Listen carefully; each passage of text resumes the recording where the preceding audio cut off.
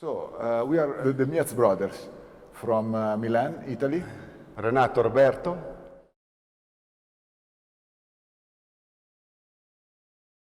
We are really happy that the MUCA Museum took the two paintings in question, because for us they are really important.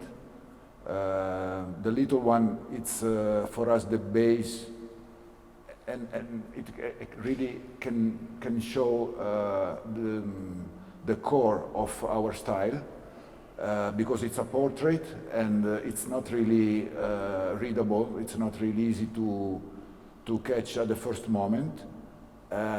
Gives you a lot of space to imagine someone that you maybe know, someone that you remember, or someone that you are actually trying to figure out who was.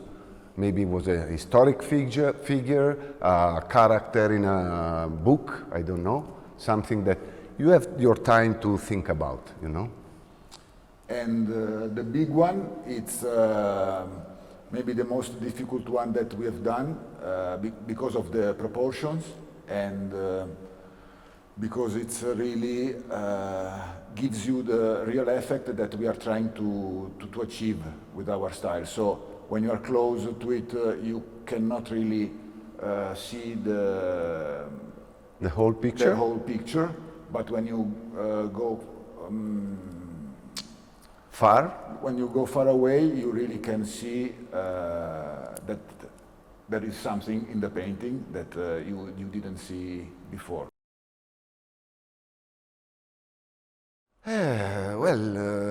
Philosophically, we had long years of study, of research. It was really a passion to think about the art history and what it was already done, and what could be possible to do to give something new, a new vision. Something meaningful also. But it was not just about the style, the painting, the brushes, and because we tried every technique, so from the hyperrealistic stuff to the watercolor. So we know. We love to have skills, you know. These paintings came out from when we left Paris. We did like 2 years around the world, more or less. You know, just break it down, the thoughts, and leaving home everything that was the big research we had in always going on. And in these spaces we lived in real basic situations, yes, very simple, with you know, nature mostly, and thinking really, and reading and listening to a lot of stuff. The first thought was we need to use particles to paint, to begin with small dots that bring huge.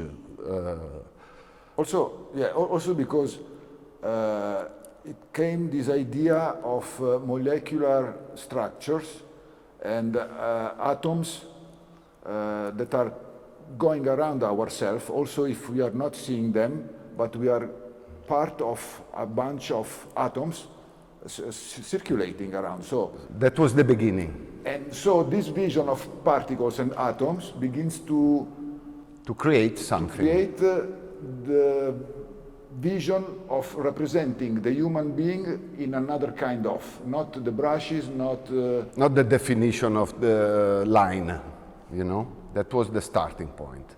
And from there we begin to, as always, to take the human being, the human problems, that there are a lot, and begin to visualize them in this freedom you can have with interacting with other paintings. You can be yourself. You are not told what to see. You just are invited to see something that maybe relates, maybe not, but there is a possibility.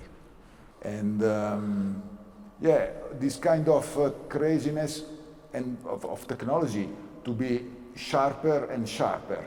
So they sell you the sharpest screen with the sharpest mobile, with the sharpest image, with the sharpest camera. So just to trying to reach something, but it will always be never enough. So we did the opposite, and we had this idea to represent the human being in the other way, cioè, where you can just be free to have your own thoughts about stuff.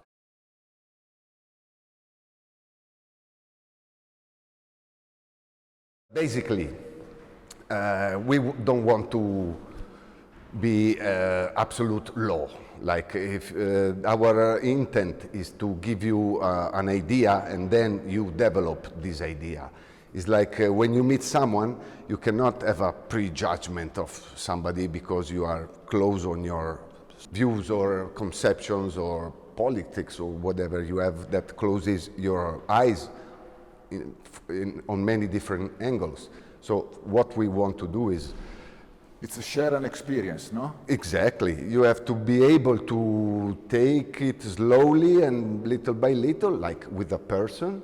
You should enjoy and digress about stuff, but on your own, exactly, just on your own, without anybody telling you anything about. So this is your freedom. This should be the freedom everybody should have. But nowadays it's completely the opposite. Like we are just told what to think or told what to say or told what to do, actually. So pushing you can understand how strong is the difference when you choose to represent in a painting something detailed where you cannot really go out of. You are just to take what the painter is giving to you.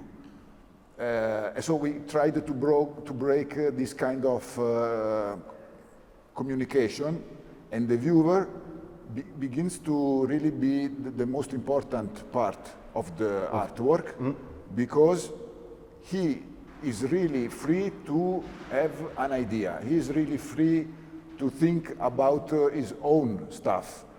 I'm not just telling him what to think. That's really, I think, the core of the... Bravo. No? Yes.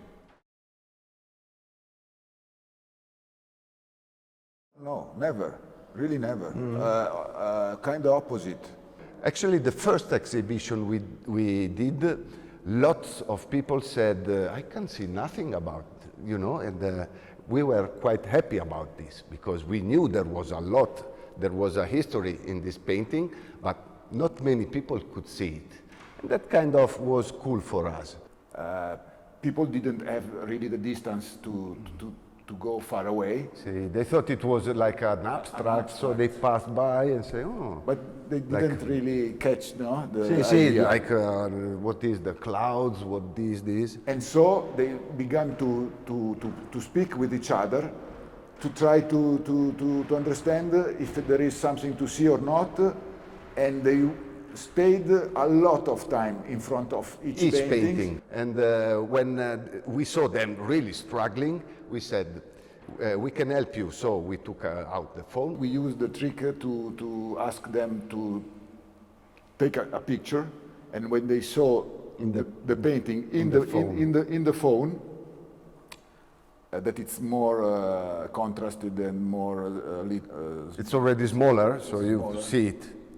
And when they saw, this was happiness, really, oh, yes. really strong emotions, because it's like not expected. So that's was that really was cool. Nice. And this is still like still is.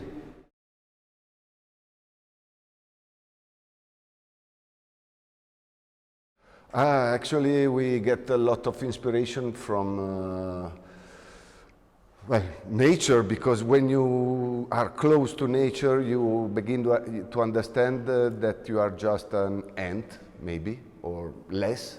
If you think bigger, if you think about the cosmos, you're nothing, you're dust, you're nothing.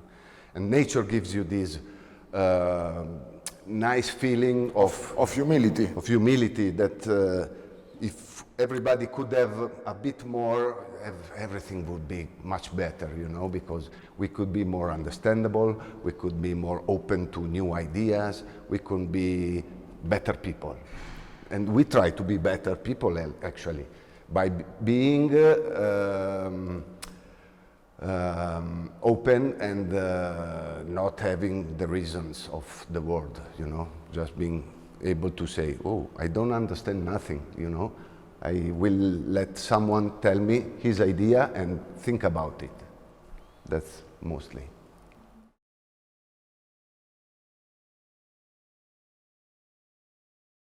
It's quite difficult because, as you say, when it's white, you start doing the first form, let's say, and this is a hard moment because you feel a bit discouraged because you say, I need to get more in there, I need to put more effort, more layers, and it's always very Struggling. struggling the first part.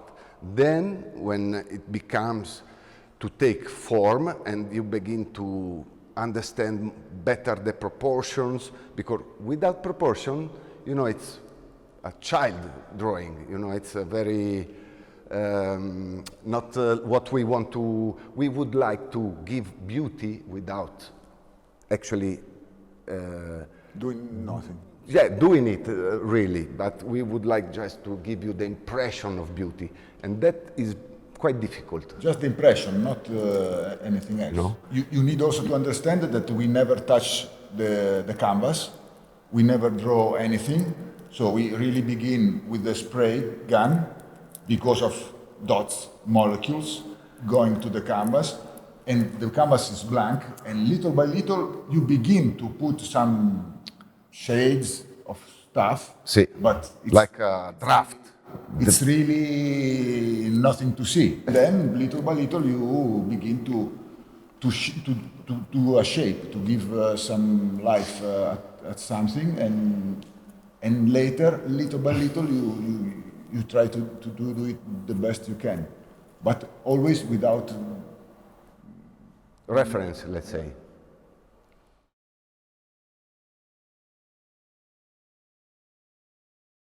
Reality and imagination are so important, both of them, because with one you can enhance the other one, and with the other one you can enhance the other one. You know what I mean?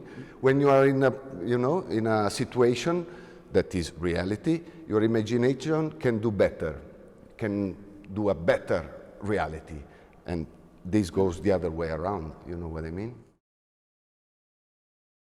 If you stay too close to something, it's not really healthy. If you stay too far away, it's not really healthy.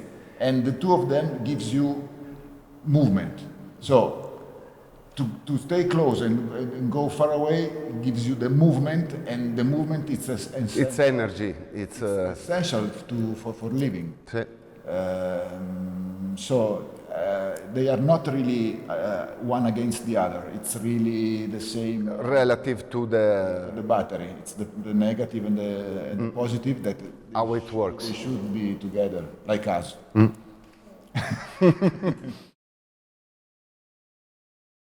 Maybe, of course, it's more interesting the invisibility because it Gives you space. yeah.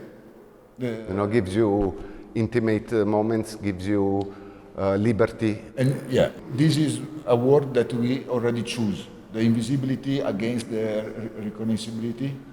It's the beginning of our work, where, of course, it's kind of a mix, but it's more invisibility than recognizable stuff. It's a preference. Somebody moves in a way, somebody moves in another way. We try to stay balanced. We had the luck to be good brothers because we had these moments that he was more rational, I was more emotional, and it was vice versa.